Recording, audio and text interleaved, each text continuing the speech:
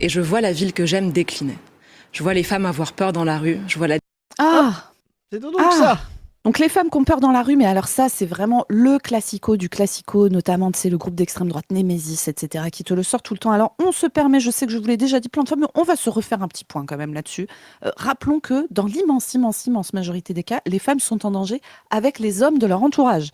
En premier lieu, les conjoints. D'accord. Mais aussi leur famille. Je rappelle que 10 à 15% des enfants dans ce pays sont victimes d'inceste et qu'il y a à peu près entre 2 tiers et 3 quarts de filles dans ces personnes qui subissent de l'inceste dans leur enfance. La grande partie des meurtres de femmes, etc., sont commis par le conjoint et l'ex-conjoint. La grosse partie des violences que nous vivons, donc on les vit donc dans notre couple, bien sûr, dans notre famille, bien sûr, comme on l'a dit, mais aussi dans notre milieu professionnel, dans notre milieu amical, etc. Et il reste une petite partie, quelque part entre 10 et 25%, où c'est dans l'espace public. Et donc ça, c'est vraiment le truc, c'est-à-dire que on a envie de te rabâcher toute la journée. Voilà, l'espace public, c'est très dangereux pour les femmes, etc., etc., etc. Mais moi, j'ai une hypothèse.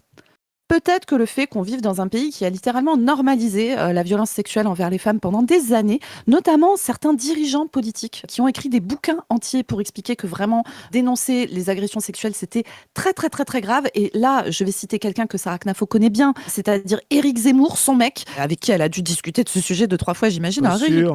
Éric Zemmour, j'ai envie de dire grand littéraire, grand écrivain, devant l'éternel, je me suis farci tous ces bouquins. Je vous préviens, c'est de la merde, hein. C'est vraiment pas très intéressant.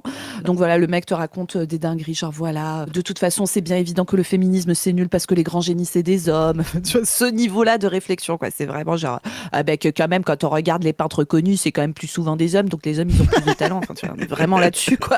Donc là, t'es là, mais merci, Eric, Ok. d'être un tel génie. Et donc, dans un de ses bouquins, il a une petite phrase sur les violences sexuelles dans les transports, qui sont des trucs qui peuvent effectivement arriver assez fréquemment. Et donc, dans les transports, Éric Zemmour parle d'un film dans ce bouquin, un film des années 70, je crois, qui s'appelle Elle court, la banlieue. Et là, vraiment, pour lui, ça représente une France incroyablement géniale, tristement perdue, qui était, et je cite, l'époque où le jeune chauffeur de bus pouvait glisser une main concupiscente sur un charmant fessier féminin sans risquer de poursuite. Et ça, c'était vraiment super.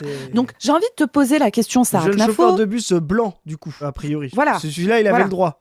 Voilà, c'était- Exactement. Donc moi, j'ai envie de poser la question à Sarah Knafo. Est-ce que une des raisons pour lesquelles les femmes ne se sentent pas en sécurité, en règle générale, en présence des hommes, ne serait pas ton mec? Voilà. Ouais, moi, je pense. La question est ouverte et je te propose de travailler ça avec ton média trainer très très très longtemps pour pouvoir nous réciter une parfaite réponse avec un beau sourire à la fin.